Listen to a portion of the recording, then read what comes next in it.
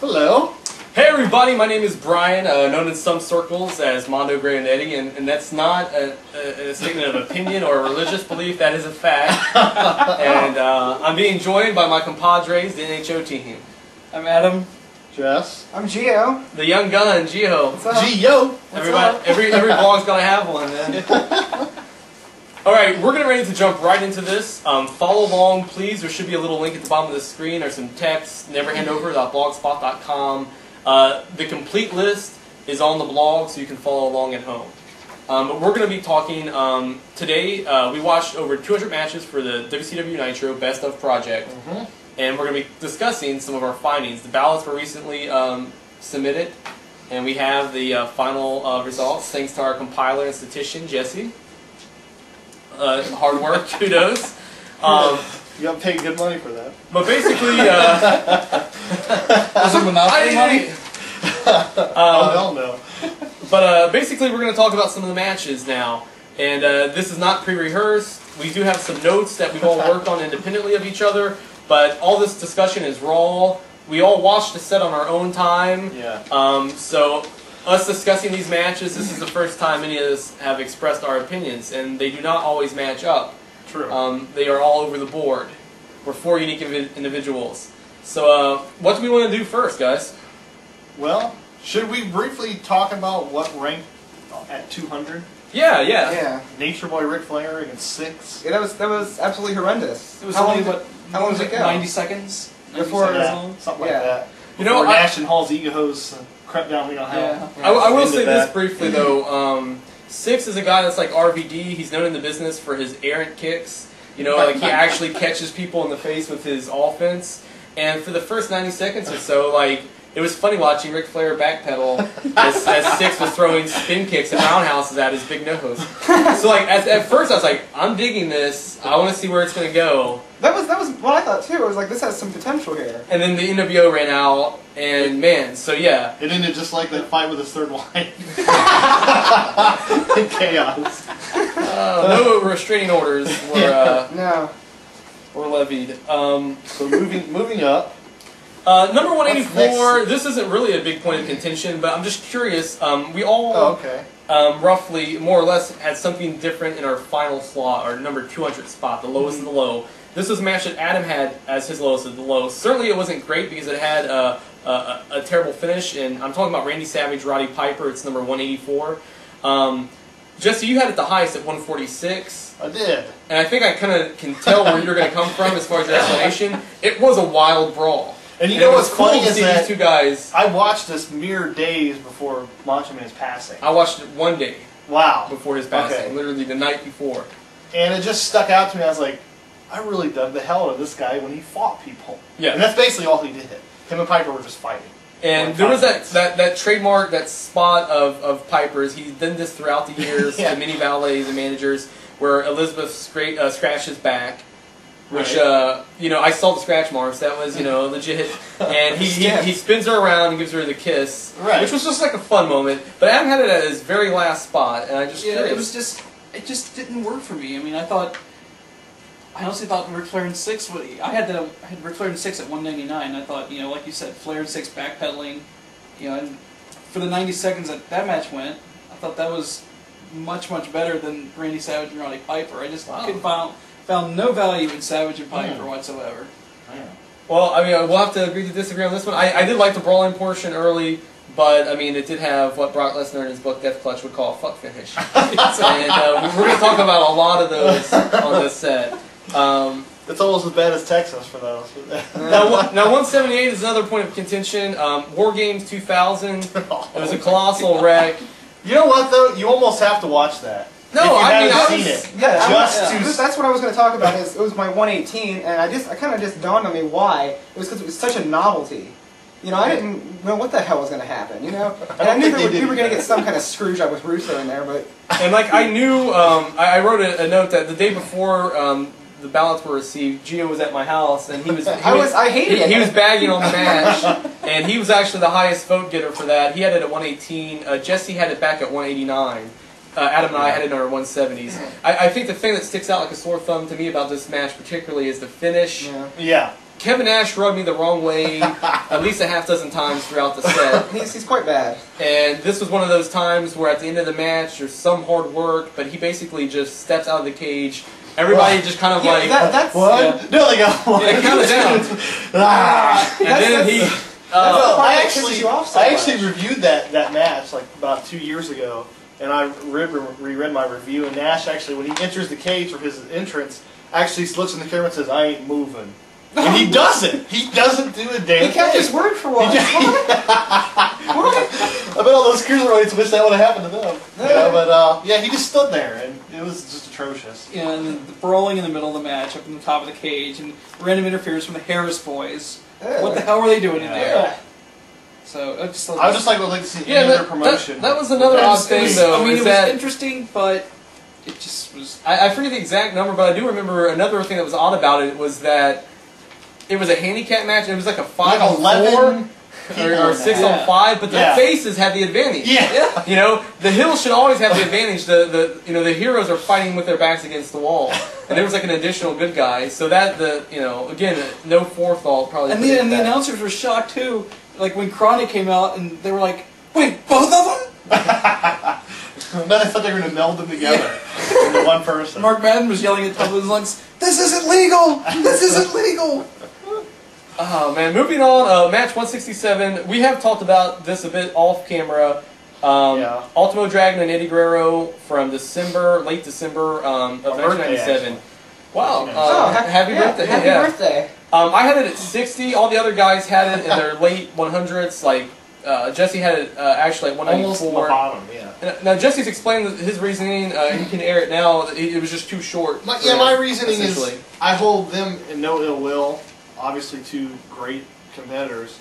It's just when something only goes 90 seconds, it was hard for me to put it above many other things in my ballot, regardless of the title change and a couple good spots. And for me, I had it at 60. I could see it being towards the back end of 100, but to me, it was really good, and the fact that it only went 90 seconds is what made it memorable. I have a couple little notes I wrote about it because again, it's only like 90 seconds, so there's not a ton that happens. But Eddie does attack him in the aisleway, so it starts off with a bang. There's a lot of power bombs on this set, but the one that he gives Ultimo here is possibly the stiffest. He gives him a brainbuster, a stiff tornado DDT. Basically, Eddie just kicks his ass. Then within seconds, Ultimo locks in a desperation submission. He gets the tap out. There's a huge crowd pop. It was unexpected. If it had been, a typical, quote unquote, I don't like to use that term, Nitro Junior heavyweight match, and maybe we've gotten 6 to 7 minutes, I don't know that necessarily would have helped it or hurt it, but I think for this match it worked, the surprise finish and the title change. But moving on, 162. What do we got there? Sting and Hogan from the same night. Gio had this 100 points ahead of everybody else. The rest of us had it quite far back on our balance. Adam actually had it as far back as 197. Gio had this in his top 50 at 48. Yes, I did. You see, there was this great energy about it I love, and the fans were nuts, dude. They were going crazy for this. What I like is when I can see people enjoying it so much, I find enjoying it myself, regardless of who it is. It could be, Special Olympic wrestling. I would just like, whoa, this is awesome. These people love this, Like, I'm not a huge Dragon Gate fan, but that one Dragon Gate match in 06 in Ring of Honor got 5 stars, and I love that match because people were going nuts about it. Yeah, there is a trend, I think, that we'll notice as we continue on in the weeks to follow in these videos, that a lot of the marquee matches with main event guys, you do tend to have higher than everyone else.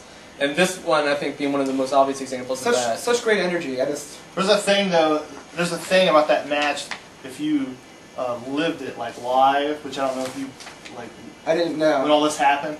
This was the night before Sting came back in that terribly, terribly flubbed match where Sting wins the belt. They immediately do another rematch. The reason why I could not... This had no ending, right? Yeah. That's the one. Is that the this one? had no ending. It went off. Nitro went off the air in the middle of the match. I figured that would be a big detractor for it. And I actually had it, I think... That's why I had it at 107, because I was like...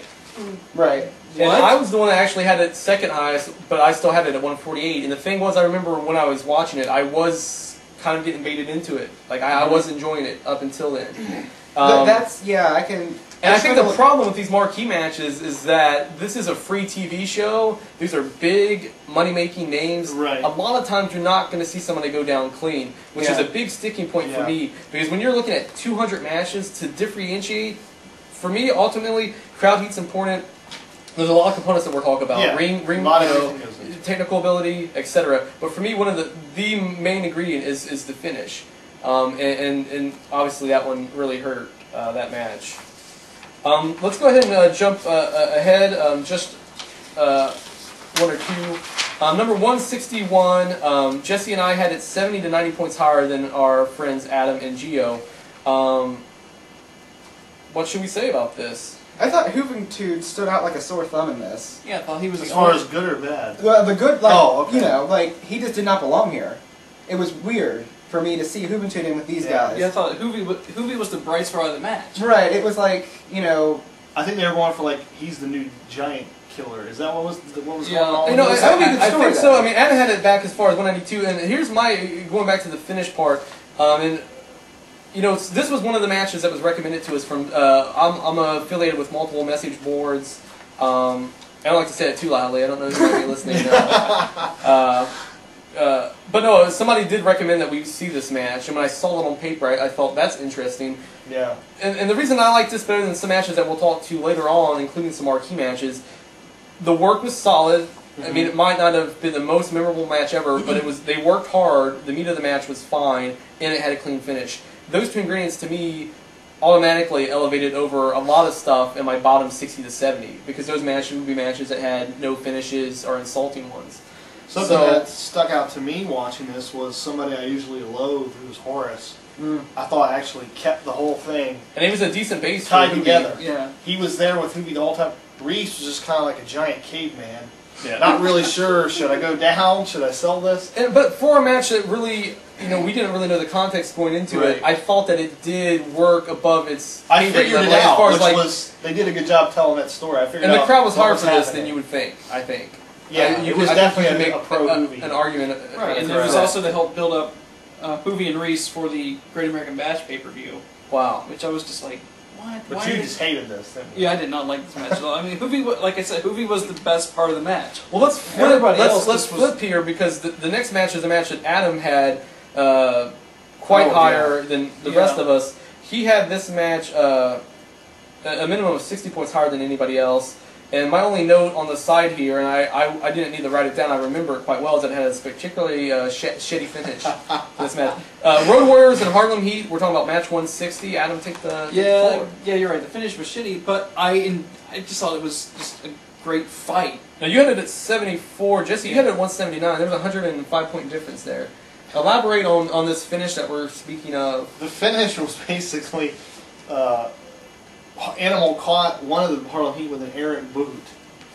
Like, when he wasn't paying attention. I actually like that finish, actually. Well, see, you know what's so corny about that? Eric Bishop's on commentary, he's like, wow, he must have a really smelly foot or something. Like, he made the worst foot joke ever. Trying to cover. Well, that's the thing. On paper, this was one of the probably top 10, 15 matches that interested me, because I like both teams, especially Harlem Heat. The boot was stiff, though, right? Yeah. A little, not really. It's a hard-hitting match. It's a hard-hitting match. That's why I enjoyed it. But the finish tucked the wind out of the sails because basically it doesn't look not even a quarter as stiff as what's preceded it.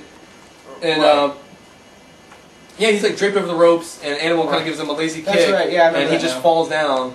And it seemed like a really lazy, unimaginative finish. Yeah, I mean, aside from that, I mean, I thought the entire match was great. Yeah, the match wasn't bad up to that point. Just them throwing, throwing haymakers and just pounding on each other. Yeah, that's the one thing I was watching this. I was like, what can I say with this match? Stevie Ray's got a hell of a punch. Let's talk in tandem here about two matches, if we could. And Jesse, you're going to be the spokesperson for these. Right. Although I do kind of side with your camp, as I kind of like these also. Matches 154 and 155. They're kind of similar. Rey Mysterio versus Kevin Nash, and Rey Mysterio versus Scott Norton. Now, the Nash match, you and Gio had a 60-point discrepancy, and the Norton match, you and Gio had a 100-point discrepancy. So you obviously liked what he was doing in these two matches, the story that was being told. Gio did not look so favorably on him. Let's talk about this. This was the Ray Giant Killer start. And actually, there's a Bam Bam match, too, that I also loved. Which ended up higher. And, thankfully. you know, when you look at these numbers, neither of these matches were extremely long either. It was all about what Ray could do to get over the fact, like, there's no way he's going to be able to come back from this. I mean, that being said, going back to the Eddie match that I didn't like because it was so short, I could see how these would also maybe flip someone, where they're not like, there's not a lot here. That's why it was the rating I gave it. Well, see, I can see Ray that performance. Yeah, one of the best in the world. You know, I can see what you're saying about the Nash match. It doesn't strike me as something that I remember, especially finally. However, the Norton match, I do because I'm in the United States. I'll be specific. Not looking at his body of work in Japan, which is quite good. That's the stiffest I've ever seen Scott Norton in a WCW ring. Right. He was so he beat the hell out of him. brutal. Like he threw him around the ring. There was no gingerly. You know, he didn't. He that was stiff. I actually was cringing. I felt bad for Ray. Violent. So that match, I had it at 122. Jesse had it at 87. And I actually kind of thought the Nash. I like the Nash finish better than the Norton finish. The Norton, he's like just kicked him in the nuts. And Norton looked like King Hippo falling down. I thought that was like kind of lame, but yeah, I just was so into Ray just taking these beatings, you know. Yeah. And I mentioned this the other day about another guy. Norton's not on what we watched very much, so I was almost deprived of. And I'm not saying I'm a big fan because I'm not, but I liked what he did in this match. Thought he played the part perfectly. Wrapping up here on the bottom 50, I'm just kind of looking at a few matches. If anybody has any in mind that they would like to discuss, whether they liked it or disliked it, some of the ones that I'm looking at that people had quite high, Ric Flair, Hogan, Gio had at 84. Again, another marquee match. There was one that Adam had in his top 100, a giant Kurt Hennig match. I think another interesting match. There's the Benoit Genetti, which there was some different opinions on. Randy Savage and Greg Valentine. Yeah, that's an interesting match. I picked that match, actually. Did you? Because it was mere, the days after we met Greg Valentine. Yeah, we had...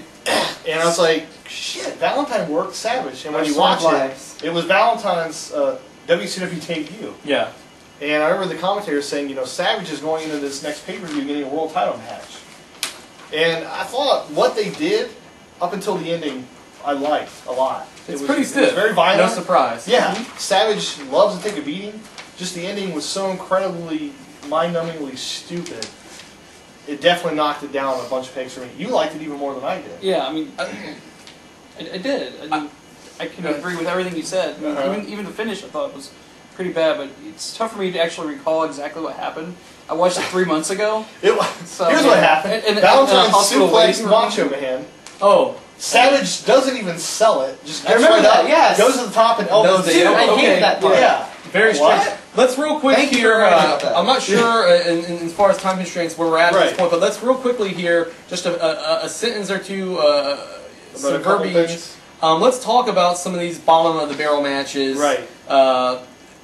There was some dissent. There was a Four Corners hardcore match. Also, let's talk about some of the matches that stick out. I mean, there was some late era, some 2000 stuff. There was some Jarrett matches with Lance Storm. Bobby Eaton. Let's talk about some of the hardcore matches that were looked at unfavorably. There was a stretcher match. There's the Stingray Muda. There's the Terry Funk Vampiro that ends out in the parking lot. That stretcher match makes me shudder, like literally. It was horrific. Adam, you liked that. I did. I was surprised at how good it was. I went into expecting. What was the key element of that you enjoyed? I went into it expecting absolutely nothing, and I was so surprised by what I got.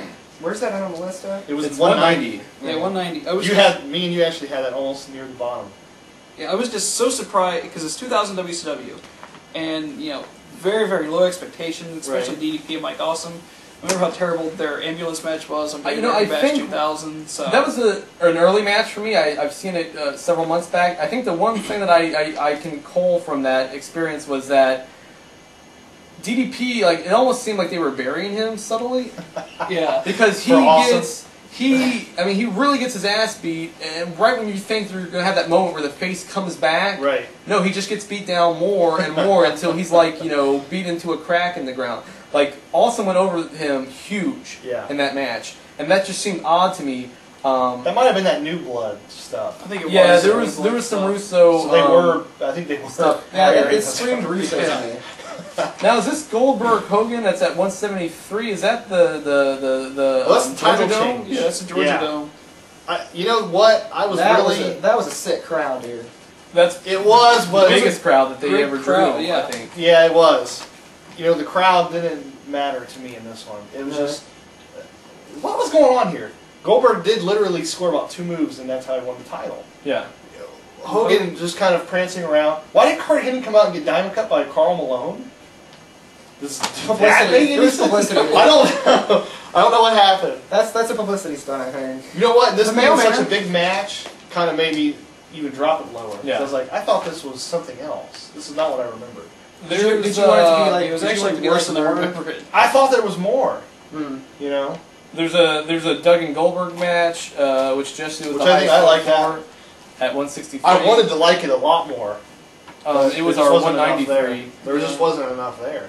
A match that I was really down on, although I tend to like the smaller guys. Lash Larry Jimmy Yang that I had at 198 ended up in 189.